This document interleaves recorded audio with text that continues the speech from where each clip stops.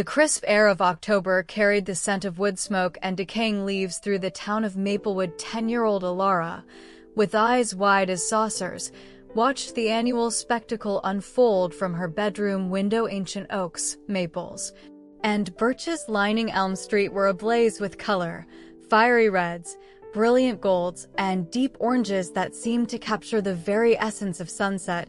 But Elara's gaze always drifted next door, to the small, slightly overgrown cottage where Mrs. Thorne lived. The elderly woman moved with a quiet grace, her silver hair like spun moonlight, often seen sitting silently on her porch swing, simply watching the leaves drift down. Elara felt a strange pull towards her quiet neighbor, a mystery wrapped in woolen shawls and autumn light. One Saturday, emboldened by the golden afternoon, Elara gathered a small basket of the most perfect, colorful leaves she could find in her own yard, heart pounding with a mix of shyness and curiosity.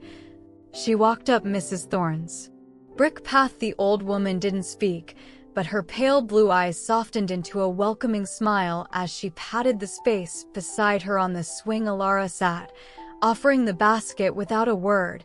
Mrs. Thorne selected a particularly vibrant maple leaf, its crimson veins intricate against the gold. She held it gently, tracing its shape, then pointed upwards to the tree it came from, her expression a silent question. Elara nodded, understanding the unspoken gratitude. A profound, wordless connection bloomed between them right there on the creaking porch swing. Thus began their silent autumn ritual. Every few days, Elara would bring a new offering, leaves shaped like stars, one speckled with unusual patterns, or simply the brightest yellow birch leaf she could discover. Mrs. Thorne, in turn, began to respond. She wouldn't speak, but she would carefully arrange leaves on the small wicker table between them. One day, it was 3 oak leaves pointing towards the park. Elara followed the direction and found a hidden patch of late-blooming purple asters. Another time,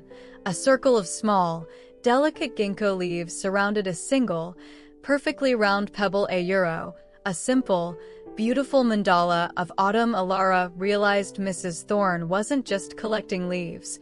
She was speaking through them, composing delicate messages in the language of the falling world. Elara learned to listen with her eyes and her heart. A trembling aspen leaf placed beside a smooth, gray river stone spoke of fleeting beauty and enduring strength. A cluster of bright yellow leaves scattered like sunshine across the dark wood of the table felt like pure, wordless joy. One chilly afternoon, Mrs. Thorne carefully arranged 3 deep red maple leaves pointing downwards, then placed a single, dried brown leaf gently atop them. Tears welled silently in her eyes as she touched a faded, framed photograph on her windowsill.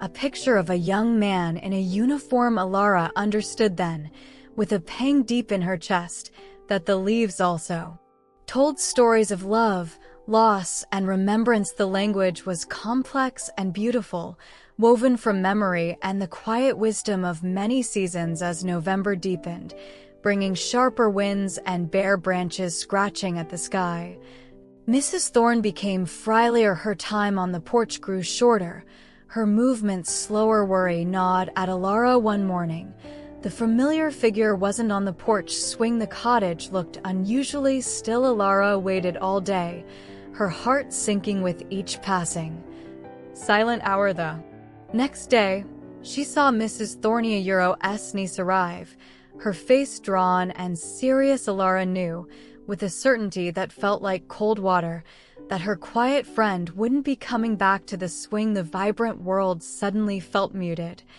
the remaining leaves clinging desperately to the trees seeming dull and insignificant. The beautiful language felt lost, its most fluent speaker gone. A week after Mrs. Thorne passed, a thick envelope arrived for Elara, delivered by the kindly niece. Inside, nestled in tissue paper, were dozens of meticulously pressed and preserved leaves, each more perfect and vibrant than Elara remembered. Accompanying them was a single sheet of creamy paper. On it, written in a graceful, flowing script Elara didn't recognize, was a note For Elara, who listens, the leaves remember speak for me. Tears streamed down Elara's cheeks as she gently lifted the top leaf. It was a magnificent, deep crimson maple, identical to the very first one she had ever given Mrs. Thorne. Its silent message echoed louder than any words. Remember, love. Continue. The following autumn, Elara sat on her own porch step. Now a young woman before her sat a small group of neighborhood children, their faces turned towards her expectantly. In her hands, she held a particularly beautiful, golden-brown oak leaf. She didn't speak, but slowly, deliberately, she began arranging leaves on a large, flat stone. A circle of yellow, a line pointing towards the old oak, a heart shape formed from tiny red maple leaves. The children watched, fascinated, leaning in as the silent story unfolded. As a cool breeze rustled the remaining leaves above, sending a few dancing down around them, Elara smiled softly. She listened to the whisper of the wind through the branches, a sound now rich with meaning, and knew the beautiful, silent language of the falling leaves would never truly be lost. It was a gift passed hand to hand, heart to heart, carried on the crisp autumn air forever.